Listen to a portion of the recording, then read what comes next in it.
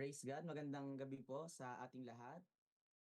Nanonood po ng live po natin ng Tinig ng Pag-asa from different parts of the country and different parts of the world since masyadong maganda na po ang technology po natin ngayon. We can really share the love of the Lord, the Word of God, passing through sa lahat ng mga pwedeng maging dahilan. Unlike nung unang panahon na kailangan talaga physically present ka for you to be able to share the Word of God.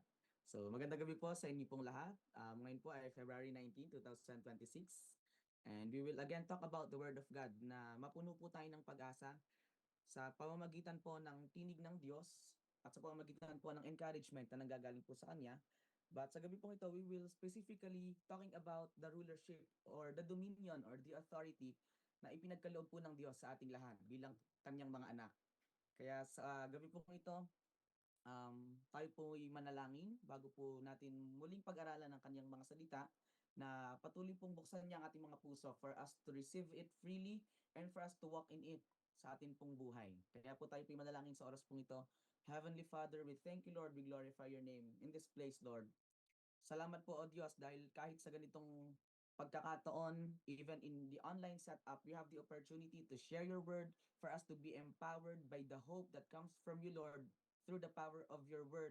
That as you said in your word, Panginoong Jesus, ng inyong salita ay matalim, ito, O Diyos, ay makapangyarihan, buhay, totoo, na kayang maghiwalay ng nasa ng aming laman, maging ng nasa ng inyong espiritu sa buhay po namin. Salamat po, O Diyos. Prepare us, O Diyos, sa inyo pong mga salita. I-encourage mo kami sa pamamagitan po ng inyong buhay na salita, Panginoon. At Lord, matapos po ang gabing itong mapunong-puno kami ng pag-asang nanggagaling po sa inyo. Salamat po, Panginoon. Ipinagkakatiwala po namin sa inyong salita. At hayaan niyo po, Diyos, na ang lingkod niyo ay maitago sa inyong lingkod ng inyong krus at tanging salita mo lamang ang maihayag sa pamamagitan po ng buhay ng inyong lingkod. Salamat po, Diyos. Pinupuri ka po namin, pinasasalamatan ka po namin sa pangalan ni Jesus. Amen, amen. Kaya po, sa oras pong ito, kagaya po ng ating nabanggit, at kagaya po ng tema po natin for the whole month dahil meron po tayong theme na sinusunod sa pamamagitan po ng Panginoon sa buhay po ni Bishop. At ito po ang ating tema for the month of February. Titingnan po natin, parang ang bilis po ng panahon. Parang we're near to the end of February. Diba po, ganun talaga. Pag medyo na-enjoy mo, medyo nawawalan ka ng sense of time. Pero kapag medyo naiinip ka, ibig sabihin hindi mo na-enjoy. Pero tayo, parang ang bilis ng panahon. And ganun po talaga kasi we are really enjoying the love of the Lord. Na-enjoy natin yung blessing ng Lord. Kaya hindi tayo naiinip. But rather, feeling natin ang bilis. Kasi grabe, sobrang rapid po ng blessings ni Lord at yung favor niya po sa ating mga buhay. So, by this point, we will be talking about kingdom rulership. And I know, as we are listening to our live, our Sunday service, even in our Receive It Now, narinig na po natin how important it is for us to receive na we really have the authority or the stewardship, we have the control, we have the rulership that comes from the Lord. Kaya po sa gabi pong ito, basahin po natin ang salita po ng Panginoon na matatagpuan po sa aklat po ng Genesis chapter 1, verse 26. Ito po ang pinakaunang aklat sa Bible na tingnan natin, it is really the first book in the Bible. Parang ibinabalik tayo dun sa first love natin kay Lord, sa ating first relationship sa Kanya. Sabi po sa Genesis chapter 1, verse 26, Then God said, Let us make man in our image, after our likeness, and let them have dominion over the fish of the sea, over the birds of the heavens, and over the livestock, and over all the living things that creeps on the earth. Ang sabi po sa Tagalog, pagkatapos sinabi ng Diyos, likhain natin ang tao ayon sa ating larawan, ayon sa ating wangis.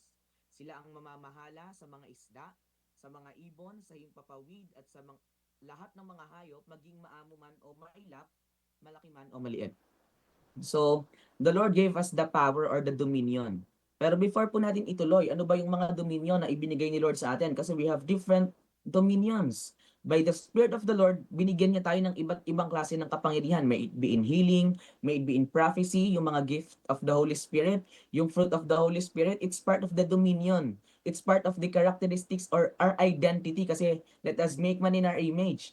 Pero bago po natin puntahan yung mga aspects of our lives na binigyan tayo ni Lord ng dominion to, tingnan po natin ano po yung pinanggalingan ng salitang dominion. So, we all know na ang Bible po, hindi siya nasulat in direct English kasi Sa Israel po, hindi po talaga English yung language nila. And the original word that was written sa dominion na matatagpuan po sa Genesis chapter 1 verse 26 is from the language of Hebrew. Kumbaga nasa Hebrew po, and the original word that was used for the dominion is Rada or Radah. Ito po yung pinakang Hebrew word, or kumbaga ito yung pinakang naging root word ng dominion na kumbaga naririnig natin that the Lord give you dominion. Kumbaga sa Hebrew, the Lord give you Rada, which means stewardship or control. Ako po ay nag-aaral ng geodetic engineering, and I really praise the Lord kasi this sem will be my last sem and I declare it. When we talk about stewardship, kanina po meron kaming naka-law class kami kasi meron po kaming mga law class. At kanina pinag-aralan po namin yung land tenure, which means or which answers the question, who can use the land? Dahil sa lupa po natin, whether you or not is the owner, you can use the land. At pinag-usapan yung land tenure. For example, umuupa ka sa lupa. Or, so you have the stewardship, ipinagkatiwala sa iyo. Hindi sa iyo, pero ipinagkatiwala sa iyo through the stewardship. So, yun po yung land tenure, pinag-aralan namin kanina. So it refers to stewardship or control. Pag sinabi naman control, kumbaga binigyan ka ng switch ni Lord. Binigyan ka niya ng ability to turn on or to turn off. For example po, ang isang bulb, kahit gaano ka-powerful ang isang bulb, kung wala kang control kung paano mabubuksan ito o mamamatay, walang sense. Kasi kahit gaano 100 watts pa yan, 3,000 watts, gaano kalakas ang ilaw mo, kung wala kang power or wala kang control na tinanggap mula dun sa pinanggagalingan ng talagang power ng ilaw na yon, nonsense po yun. Nonsense yung power na meron ka in your own if you don't have the control over it. So that's dominion, stewardship and control. Similarly, it is synonymous with the word or Hebrew word also, kavash, Kavash, which means to subdue. O kumbaga sa payong, ikaw yung payong. At yung mga creation ni Lord, yun yung mga under sa'yo. They subdue over you. So yun po yung binigay po sa atin ni Lord. The Lord gave us stewardship and the Lord gave us the kavash or the power that everything that He created ay mag-subdue po sa atin through His name. Kaya po, in our life, let us thank the Lord kasi salamat kasi Panginoon, you did not just created me for us to obey you, but Lord, you also created me for us to have dominion sa lahat po ng inyong mga nilikha. Alam po ba natin, kung babalikan po natin yung creation ni Lord, na-share ko po to nung nagturo po ako sa Kalapan, from day 1 to day 6, basahin ko lang po kasi hindi ko po ito nailagay. The Lord just reminded me how special we are to God. Kasi tayo lang yung binigyan ng dominion ni Lord. From day 1, nilikha niya, let there be light, and there was light. Day 2, nilikha niya yung sky. Sabi ni Lord, let there be an expanse. Kumbaga, magkaroon ng separation yung land at saka sky. So the sky was created on the second day. The Lord said it was good, maganda. Noong day 3 naman, the Lord created the dry ground o yung lupa natin. The Lord also created the seas or the wetlands, yung mga dagat natin or the waters. And the Lord also created vegetations o yung mga halaman, mga puno on the third day. The Lord said it was good. On the day 4, the Lord created the sun, the moon, and the stars. Nang sabi ni Lord, lilikhain niya ang mga buwan, ng mga araw, ang mga bituin bilang tanda ng mga seasons. Kaya kung titingnan natin, may mga kalendaryo tayo na may blue and red, di ba? Nandun yung mga full moons, nandun yung mga quarter moons. Kasi sabi ni Lord yon, hindi yun sabi ng mga scientists. Ganun kasobrang galing po si Lord. Namamangha po tayo. Even po kami in genetic engineering, we are also studying about satellites. Pinag-aaralan namin how the calendars, the Gregorian calendars, different kinds of calendars, they based on the moons. Kaya yung mga events po na naririnig natin na na-adjust yung Holy Week, di ba? Hindi naman yearly, pare-parehas yung date ng Holy Weeks kasi they adjust based on the moon sa calendar. So, tama yung sabi ni Lord, create the sun, the moon, the stars, they will be the signs per season. So, tama po yun.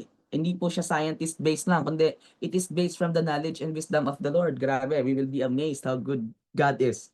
Day 5, ano po ang nilikha ni Lord? Let there be animals sa dagat. So, nilikha ni Lord yung mga water animals o yung mga creatures sa tubig at saka mga sky. Kasi sabi niya, let there be birds in the skies. So, tubig at saka sa sky. A sixth day, nilikha naman po ni Lord yung mga hayop dito po sa lupa. And after nun, nung lahat na ng mga kailangan ng tao na ihanda niya, sabi ni Lord, it was good, maganda. Tapos nung nalikha na po na yung mga animal sa lupa, sa kanya naman nilikha ang tao. At only that time, when the Lord created man, Adam and Eve, the Lord said, it was very good. Tingnan natin, parang almost 6 days na niyang ginagawa. Ginawa niya na yung um, light and the darkness, ginawa niya na hanggang day 6, nilikha niya yung mga land animals. Sabi niya lang, it was good. Until such time that the man was created and the Lord said, it was very good. Kumbaga, napakamaganda. Kaya, totoo po na we are very special. Tayo lang yung binigyan ni Lord ng stewardship or dominion. Kasi nung nilikha niya po yung mga animal, sabi niya, be fruitful and multiply. Yun lang yung sinabi niya. Pero nung nilikha niya yung tao, before niya sinabing be fruitful and multiply, ang sabi po ni Lord, I have given you dominion and I am creating you in my likeness. So, kagaya po ng sabi sa Ephesians chapter 2 verse 10, for we are created in His workmanship, created in Christ Jesus to do good works which God prepared. So, sa iba pong translation, masterpiece. Kagaya po ng mga painting, may mga painting po tayo. Kung makakapunta kayo na National Museum, mga local provincial museums, babasahin niyo yung mga ano doon, mga, kumbaga, yung mga pinanggalingan, gaano katagal ginawa, merong ginawa, 5 years, 10 years, kasi sobrang pinag-isipan, masterpiece, at ganun tayo. We are God's masterpiece, created in Christ Jesus. So, pag-aaralan po natin, ano po yung dominion na meron tayo? Since we are special to the side of the Lord, in the side of the Lord, saan po tayo special? Or ano po yung dominion na ipinagkaloob po ni Lord sa atin? Sabi po sa Luke chapter 4 verse 18 and 19, the Spirit of the Lord is upon me because He has anointed me to preach the gospel to the poor. He has sent me to proclaim liberty to the captives and recovering of sight to the blind, to proclaim the year of the Lord's favor. So the Spirit of the Lord is upon me. So His power, His dominion is upon me. Sabi po sa Tagalog, ang Espiritu ng Panginoon ay sumasa akin, sapagkat hinirang niya ako upang ipangaral sa mga mahihirap ang magandang balita. Isinugo niya ako upang ipahayag sa mga bihag na sila ay lalaya, sa mga bulag na sila ay makakakita. Isinugo ako upang palayain ang mga inaapi at upang ipahayag na darating ang panahon ng pagliligtas ng Panginoon or to proclaim the year of the Lord's favor. Ang una pong bagay na dominion o the aspect of our life na binigyan tayo ng kapangyarihan ng Panginoon ay walang iba kundi ang kapangyarihan na ipahayag ang kaniyang salita. Di mo sabi doon, the Spirit of the Lord is upon me for has He anointed me to preach the gospel to the poor, to proclaim the year of the Lord's favor. So the number one rulership that God gave us na pag-aaralan po natin sa gabing ito kasi sobrang dami po ng dominion. But we will focus on these three. Ang una pong bagay, we have the dominion to preach the gospel with power. Sa panahon po ngayon, ang daming nag-uusbungan ng mga samahan, mga sekta, na bagamat ginagamit nila ang pangalan ng Panginoon, pero nalilimutan nilang ipangaral na ang relasyon ang talagang nakapagliligtas sa tao. Marami pong nagsishare ng gospel ngayon. They really share the Bible. They really share the Word of God. Pero walang power. Marami pong ganyan na naglipa na ngayon. Naalala ko po one time, may bagyo po sa Mindoro. Wala po akong pasok. Kaya nandun po ako nag-stay. Medyo gumanda na po yung panahon. Although signal number 1 pa din. Naglakad po ako sa bayan. Nung medyo malapit na po ako sa bayan, hindi na wala naman pong mga hangin, walang ganito ganyan. So safe, naglakad ako. Nung malapit na po ako sa bayan, tumigil ako, may dalawang nag-share, isang Koreano, isang Pilipino, nakasama niya. Nag-share. Sabi sa akin, alam mo ba na narinig mo na ba ang tungkol sa Diyos Ina? Sabi pong gano'n sa akin, nagulat ako. Parang ngayon ko lang narinig yun ha. Parang sabi ko, parang grabe, ngayon ko lang ang galing. At pinakinggan ko, grabe po, ang galing po nila mag-share. Pero walang power.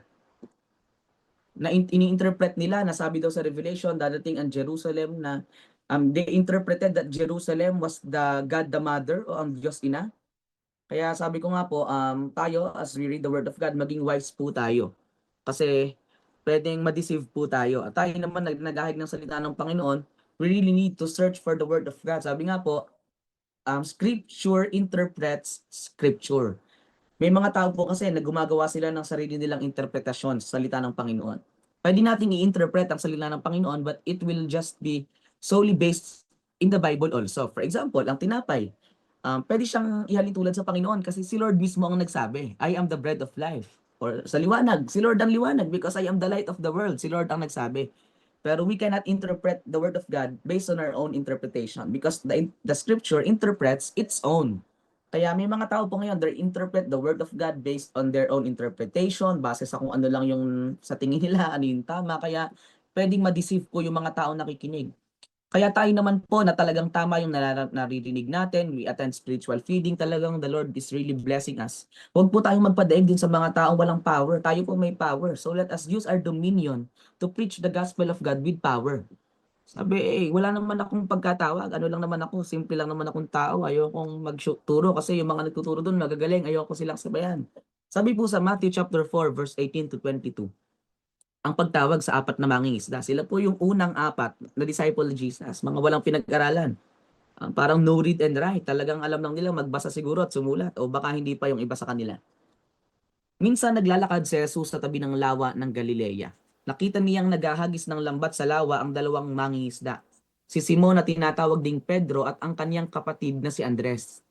Sinabi ni Jesus sa kanila, "Sumunod kayo at gagawin ko kayong mamamalakayan ng mga tao, o follow me and I will make you fishers of men." Noon di iniwan nila ang kanilang mga lambat at sumunod kay Jesus. Right after nilang marinig, they obeyed the Lord.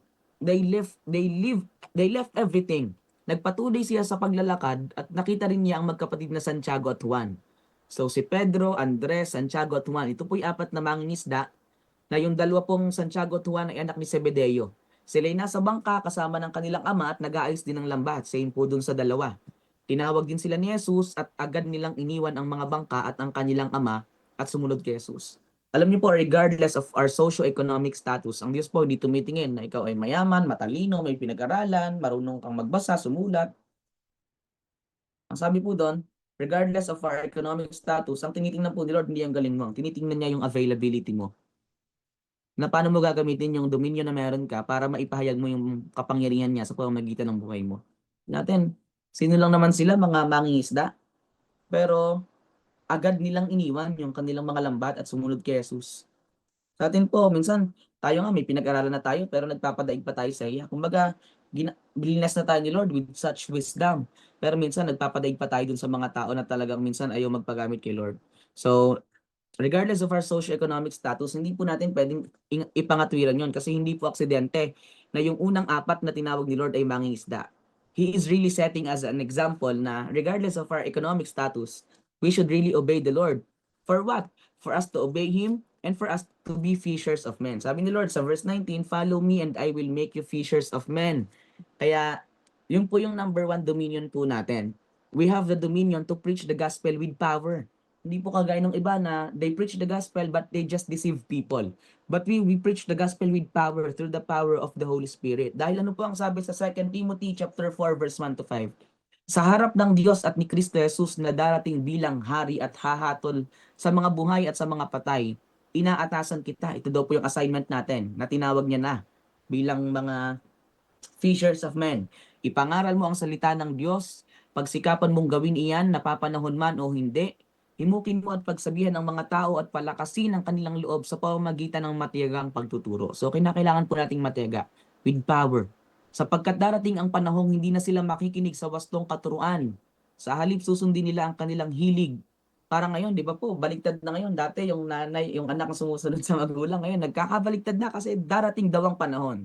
So, it really manifests, nangyayari na po yon. Sa halip, susundin nila ang kanilang hilig. Maghahanap sila ng mga tagapagturo na walang itinuturo, kundi ang ibig lamang nilang marinig. Hindi na sila makikinig sa katotohanan, sa halip ay ibabaling ang kanilang pangapansin sa mga alamat. Di ba po, pag makikipunta tayo sa social media, ang daming mga quotes, ang daming mga motivational speakers, and it's not bad. However, dapat secondary po yon. Laging primary lagi ang salita ng Panginoon. Ngunit ikaw, maging mahinahon ka sa lahat ng oras as we share God's Word. Magtiis ka sa panahon ng kahirapan kasi mahirap po talaga yon. We are sharing God's Word. Yung powerfully sharing God's Word, mahirap yon. Gampanan mo ang tungkulin ng isang mangangaral ng magandang balita at pagbutihin mo ang inyong paglilingkod. So, yung paglilingkod po pala natin, hindi lang yan tumutugtog ka, hindi lang yan sumasayaw ka. Kaya lagi ko pong paalala sa mga youth po natin sa Mindoro, dapat kahit wala kang instrumento, meron kang ministeryo. Hindi pwedeng pag binaba mo na yung gitara mo, tapos na yung pagkatawag mo sa Panginoon. Kundi kinakailangan pag binaba mo yung gitara mo or your mic, dapat mas lalo kang magpusiging gawin ang kalooban ng Diyos. At ano po yon, ang mangaral at pagbutihin, ang paglilingkod sa pamamagitan po ng paghayag ng kanyang salita. Sa pamamagitan naman ng buhay natin, through living the example that God wants us to be. Ano po ang Great Commission po natin? All authority in heaven and on earth has been given to me. O ibinigay niya sa akin ang kapangyarihan sa langit at sa lupa. Go therefore and make disciples of all nations. Ito yung Great Commission, baptizing them in the name of the Father and of the Son and of the Holy Spirit. Marami po sa atin natatakot. How can I baptize people using the name of the Lord? Wala naman akong alam.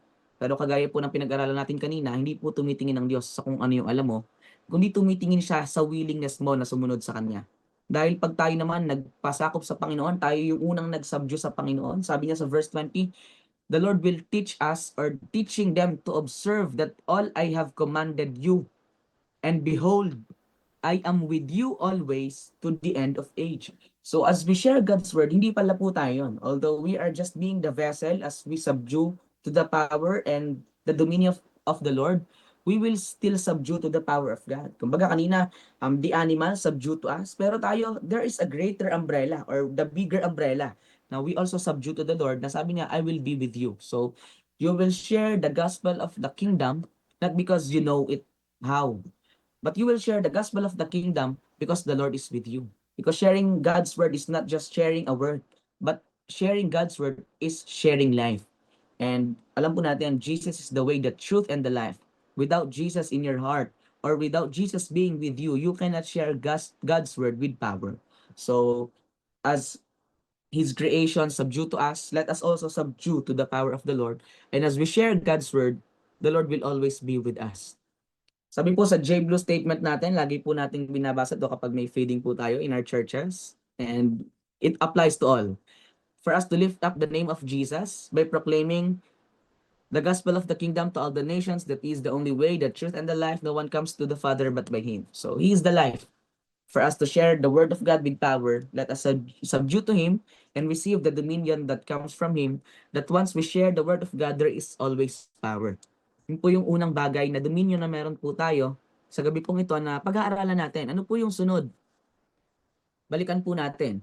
Tinawag ni Lord si Juan, si Pedro, si Zebedeo, si Santiago. Ano po yung sunod na nangyari? Matthew chapter 4 verse 23.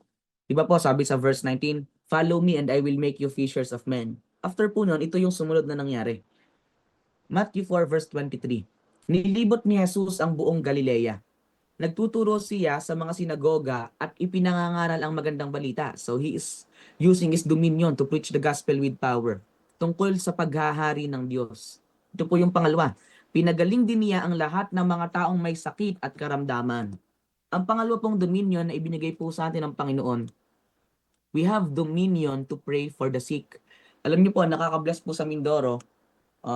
Although alam ko sa iba't iba namang mga churches po, we are doing it. Pero since based po tayo sa Mindoro, naglilingkod po tayo sa Mindoro, at nakikita ko po yung kung paano yung puso ng mga taga Mindoro, lalo sa paghahayag ng salita ng Panginoong Hesus. Ang atin pong prayer warrior, grabe, ang atin pong intercessor, sa pangunguna po ni Pastora Vicky, um, doon ko po nakita na yung heart niya, hindi lang mag-lead kapag prayer meeting, hindi lamang mag-lead kapag nasa intercessory prayer, pero she has the heart na mag-lead po ng hospital visitation.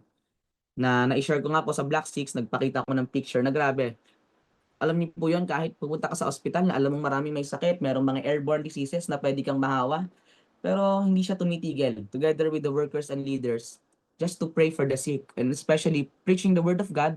And after preaching the word of God, they pray for the sick. Kaya mahalaga po yun, lalo na if we are sharing God's word, na hindi lamang salvation yung ma-share mo sa kanila, kundi may mga tao na kinakailangan ng kagalingan. May it be physical, may it be emotional, that we offer prayers to them.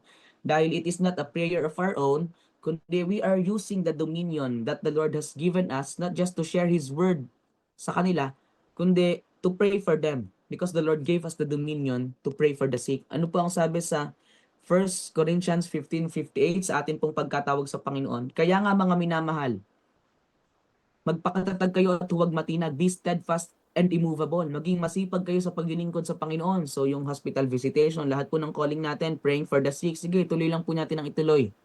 Because you know that your works in the Lord will not be in vain. Dahil alam ninyo na hindi nasasayang ang inyong paghihirap para sa Kanya.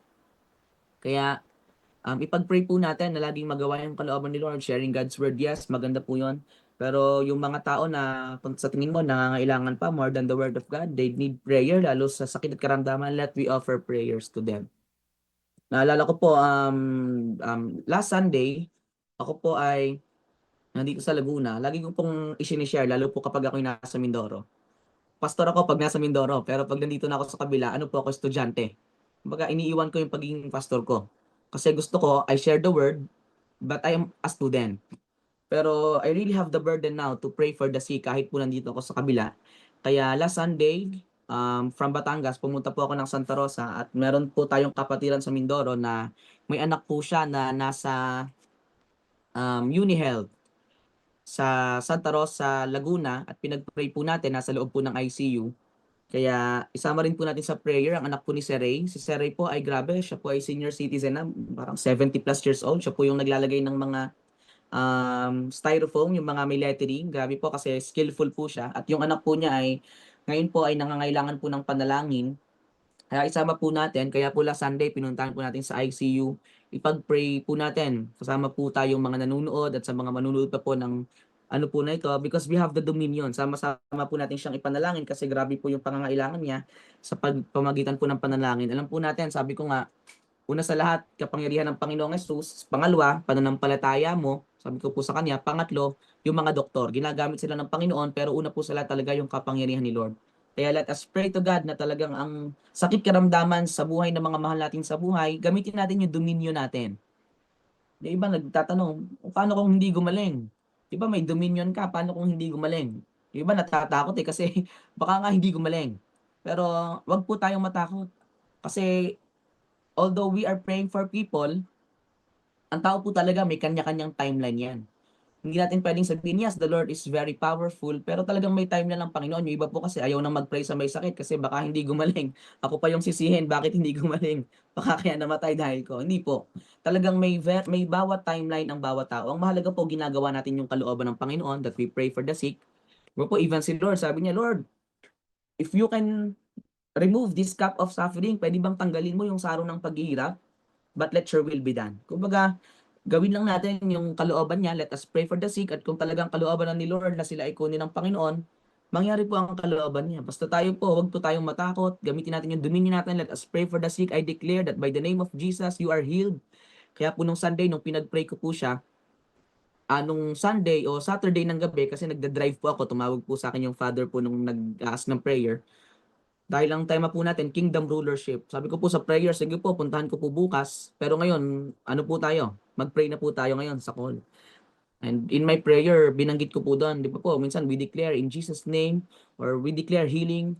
Pero i-practice po natin, Lord, by the power and the rulership and dominion, authority given to me by the name of the Lord, dahil ako'y nilikha mo. Kumbaga, gamitin natin, Lord, I have the dominion. Lord, by the dominion that you gave me, I declare healing upon the body of this person. Kaya we have the dominion to pray for the sick. Gamitin po natin yon.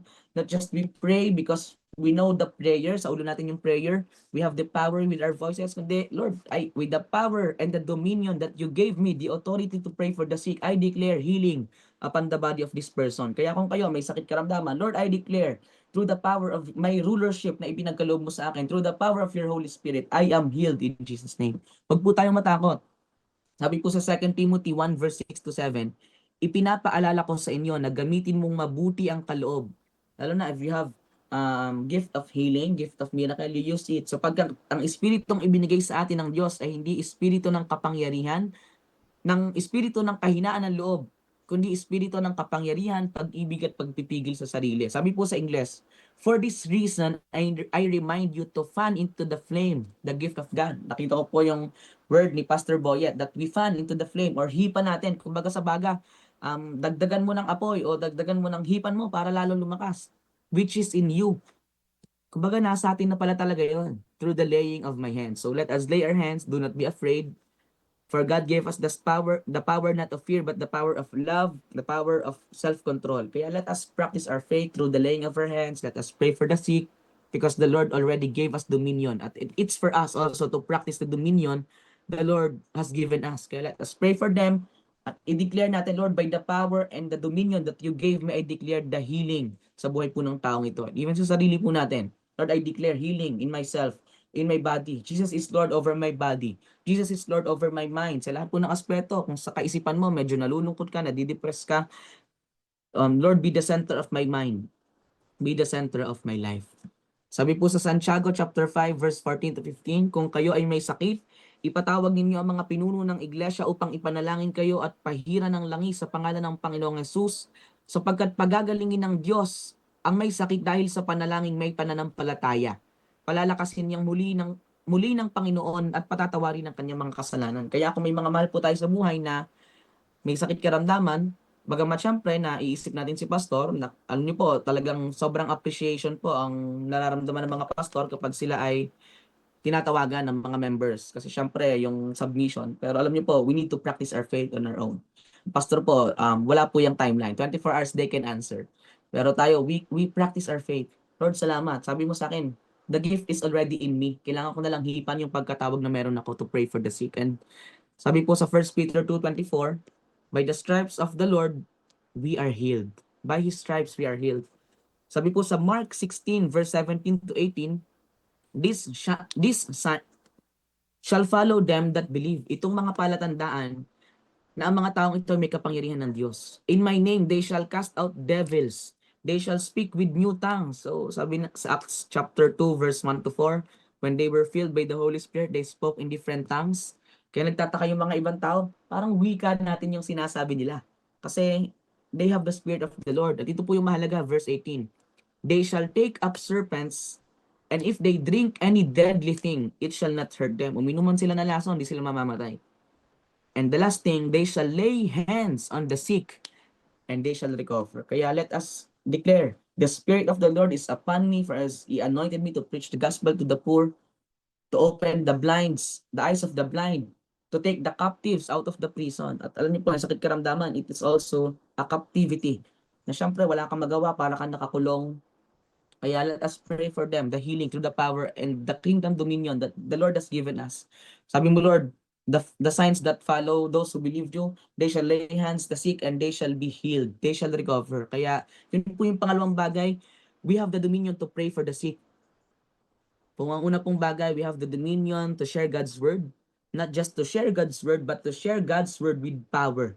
Pangalawa, we have the dominion to pray for the sick, na gamitin tayo ni Lord. Pangatlo pong bagay, we have the authority to put our words into manifestation. Kaya kingdom rulership, mahalaga po na maging maingat po tayo sa mga salita po natin. Kahit na yung sa tingin natin, yung sitwasyon parang hindi maganda, parang imposible yung nangyayari, parang wala nang solusyon, wag po nating i-declare yon. Kasi bilang tayo po ay naniniwala sa Panginoon at binigyan niya ng dominion, lahat po ng sinasabi natin pwedeng mangyari at maganap. Sabi po sa ngayon po, uso po ngayon, lalo sa mga kabataan, lalo sa social media, uso po yung tinatawag na manifestation. At ni-research ko po yung different medical and psychological terms na nag-explain sa manifestation. Kasi aside from us, pinag-aaralan po ang manifestation even in health allied. Pinag-aaralan po ang manifestation even sa mga doktor. Pinag-aaralan nila yon kasi may effect. At ito po ang manifestation or ito po yung nangyayari physically, medically, psychologically, lalo na po ngayon, sa panahon po ngayon. Ang una pong term na sinearch ko o napag-aralan ko po ay the placebo effect or the positive manifestation. Ang ibig sabihin po ng placebo effect, this is a well-documented phenomenon where believing that a treatment will work causes actual measurable improvements in health. When a patient believes in a cure, the brain can produce its own chemicals like endorphins. Kapag daw po ang isang tao naniniwala na sa gamot na ito gagaling siya, nagre-release daw po yung katawan niya ng chemicals na tinatawag na endorphins na nagbabawas ng sakit na kanyang nararamdaman. Medically po ito. For example, inisip mo, high blood ako.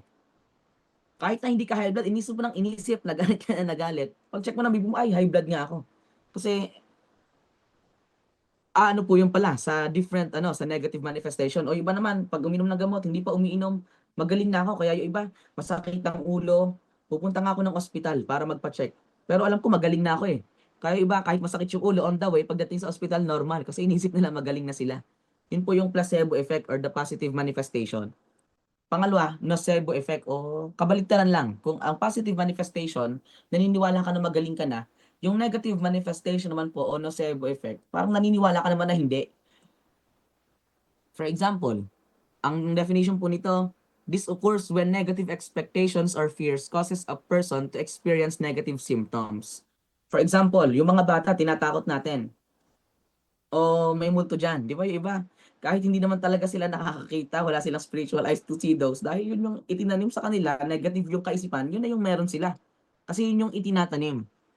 At pangatlong bagay po, neural priming or reticular activating system.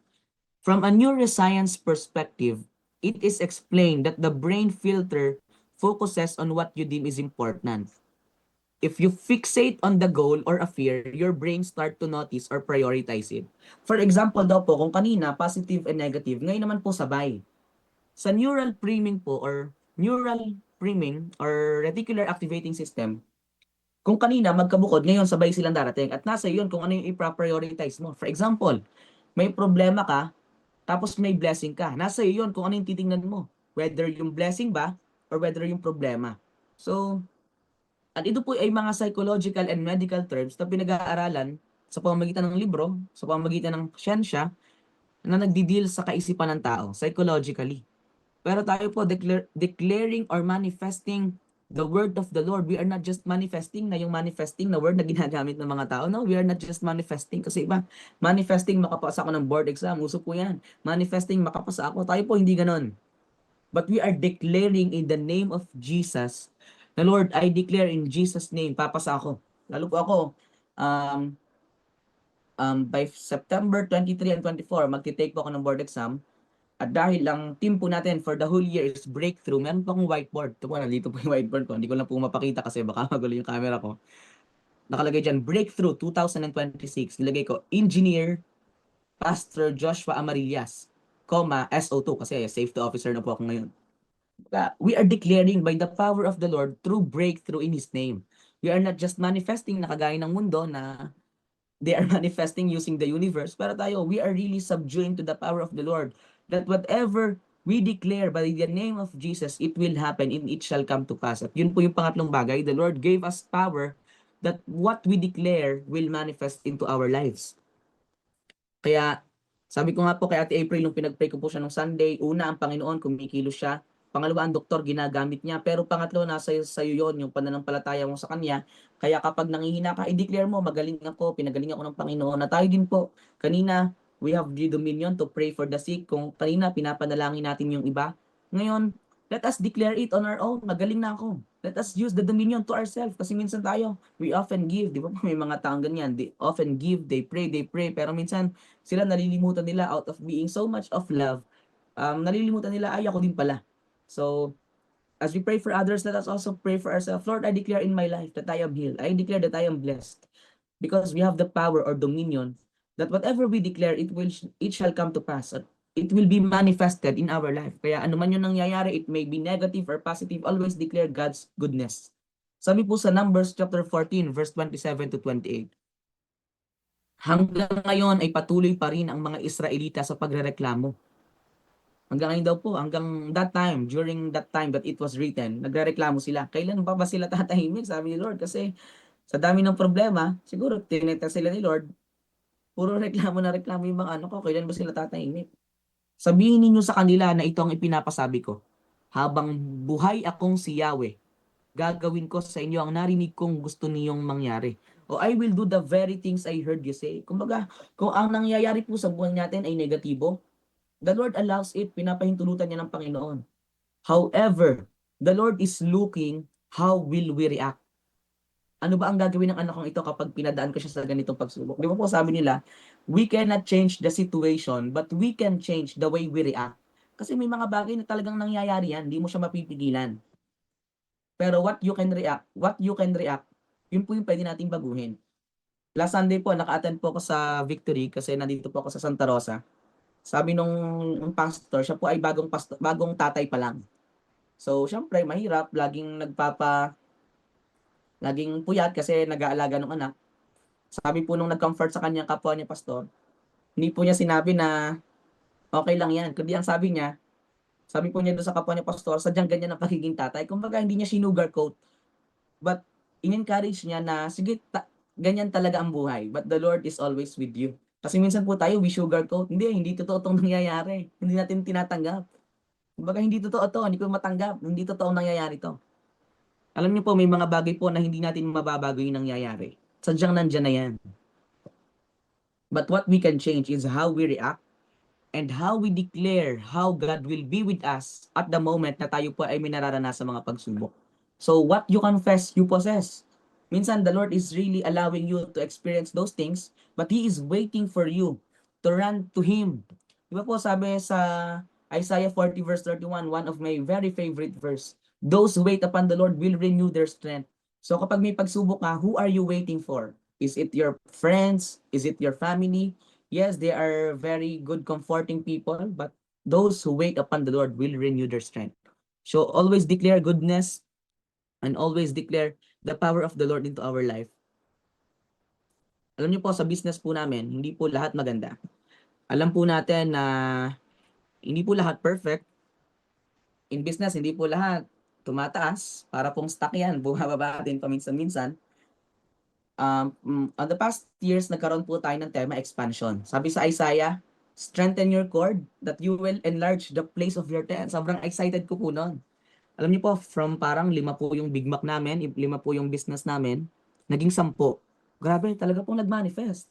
Talaga pong we declare na mangyayari sa buhay namin. Kaya from 5, naging 10 po yun. Naalala ko po noon, 2 po yung driver namin simultaneously.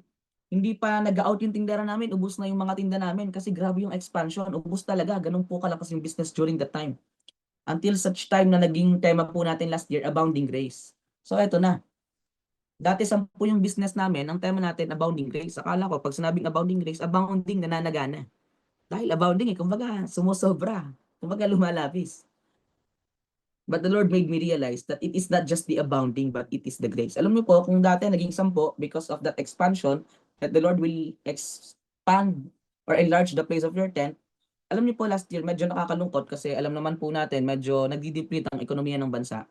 At last year po ay medyo, isa po ito sa medyo downside ng business namin. Yung 10 po ay nabawasan, marami po kaming mga naging financial struggles during that time, but I did not stop. Magtuturo pa rin po ako sa church, praying for provision of the Lord. Hindi po ako tumitigil. Until such time that the Lord made me realize what is abounding is not your financial aspect.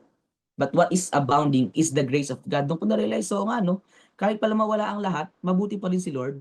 Sabi nga po ni Pablo, hindi niya iniintay na mawala yung pagsubok bago siya mag-testify, kundi when I am weak, then I am strong. Kasi minsan, syempre ako, gusto ko po, sabi ko, gusto kong mag-share pagkatapos ng pagsubok na. Ayoko muna mag-share kasi syempre, you're still ongoing the process. Pero the Lord taught me, i-share mo kahit nandun ka pa lang.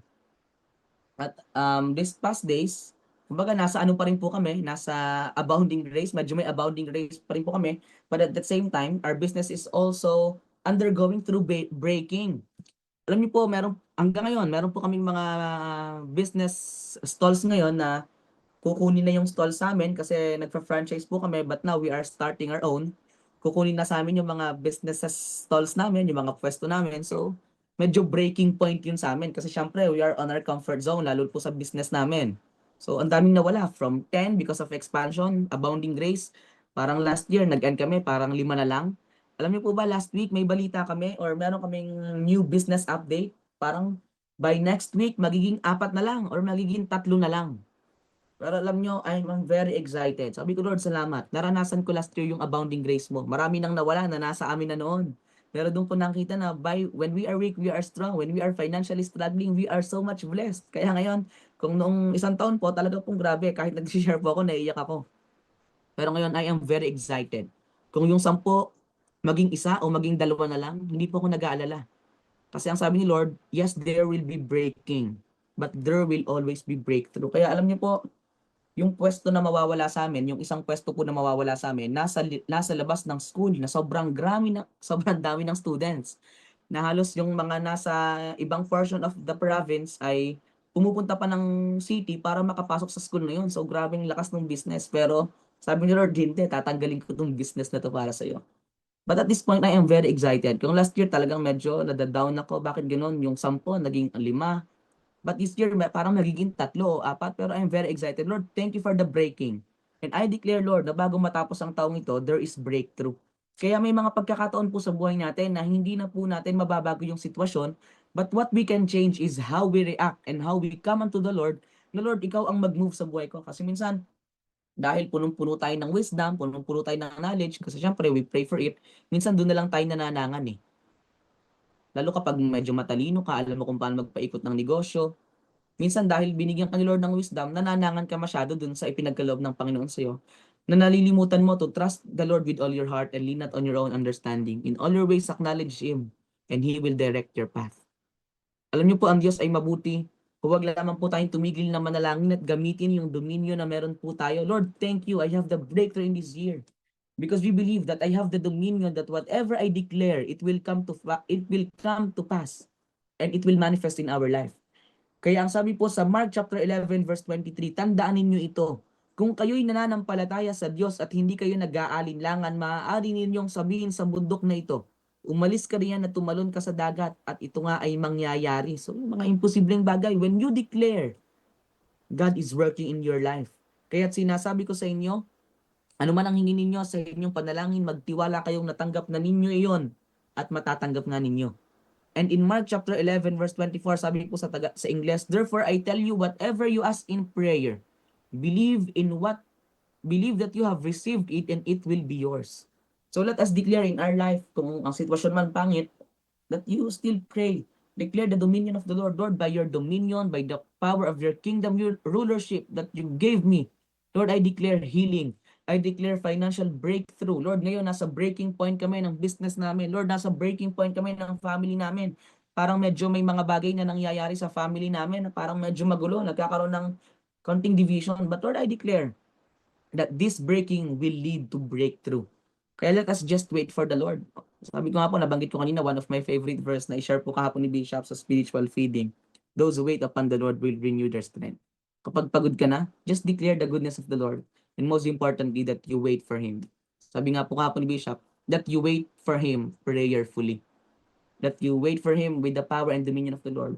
Although the Lord has given us dominion, kumbaga nakasubdue po sa atin lahat ng mga nakailalim sa atin, but we should also subdue to Him.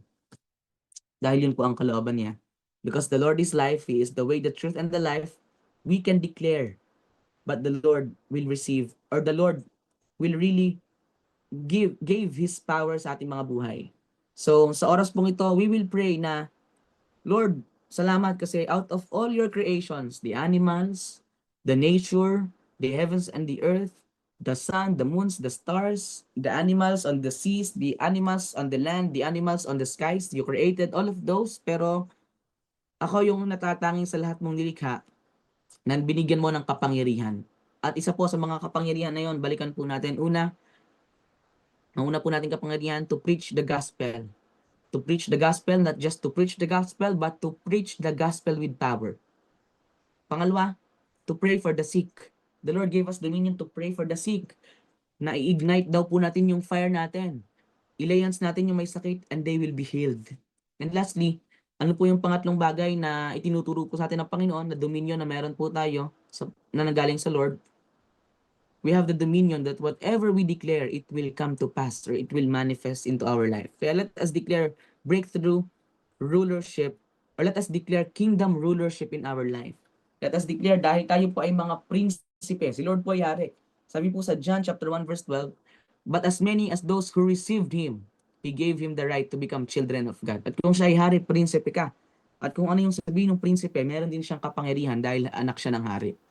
At bilang tayo po, mga anak ng Panginoon, He created us in His own image, lumapit po tayo sa Kanya, na hindi para bang nagmamakaawa ka. The Lord, nagmamakaawa ako sa iyo. Kundi lumalapit ka na may confidence ka. Kasi alam mo, tatay mo siya. Although sometimes we are really asking the Lord, umiiyak tayo. Pero this time, the Lord is really looking unto you. Gaano kataas yung confidence level mo na grabe yung relationship mo sa Kanya. Kaya kahit short yung prayer, dahil alam mo, very close kayo ng Father, you can really ask Him directly, Lord, ito po yung pangangailangan ko. Whatever we declare, through the power of the Lord, it is possible. So, sa oras pong ito, I will end up reading Genesis chapter 1, verse 26. Pagkatapos sinabi ng Diyos, likhain natin ang tao ayon sa ating larawan, ayon sa ating wangis, at sila ang mamamahala sa mga isda, sa mga ibon sa himpapawid at sa lahat ng hayop, maging maamo man o mailap. So binigyan po tayo ng dominion ni Lord At para po sa atin ng kanyang mga anak at nananampalataya sa kanya, meron po tayong kapangyarihan na magdeklara ng mga mabubuting bagay. May kapangyarihan tayo na ipahayag ang kanyang salita na may kapangyarihan at may kapangyarihan tayong ipanalangin ang may sakit at karamdaman na sa pamamagitan ng pananampalatayang may pasasalamat ang may sakit ay gagaling. Kaya po sa oras pong ito, tayo pong lahat ay manalangin. Ipag-pray po natin ano pa yung mga gusto nating mangyari sa ating buhay throughout this year, the year of breakthrough. Ano yung gusto mo mangyari sa buhay mo? May it be healing. Let us pray to the Lord. Na Lord, salamat, I have the dominion. Through the power and the rulership of the Lord, through the authority that was given unto me, I will declare your goodness and healing upon my life. So let us pray po sa oras pong ito. Ano man po yung pangangailangan po natin, pwede po tayong pumikit at sumabay po sa panalangin pong ito.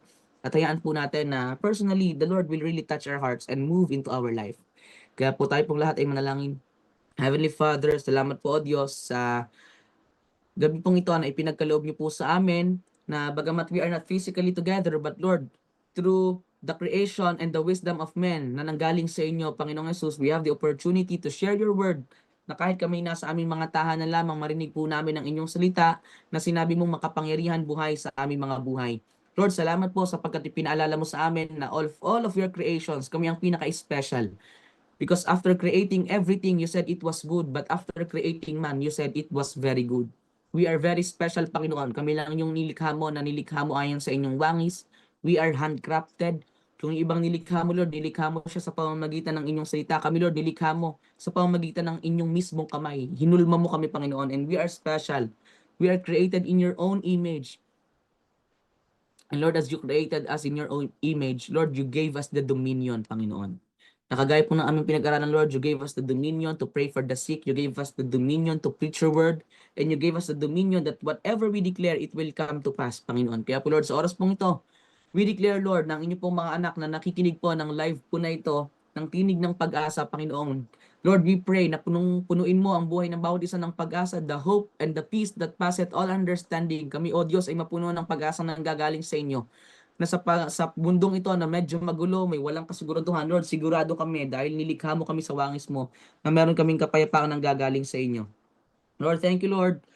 Bigyan mo kami ng boldness, Lord, the dominion, the authority to share your word, not just to share your word, but to share your word with boldness. Na kung may mga tao ngayon na nag-share, Lord, that they deceive people, kami, O Lord, with the wisdom that comes from you, Lord, we will share your word with power.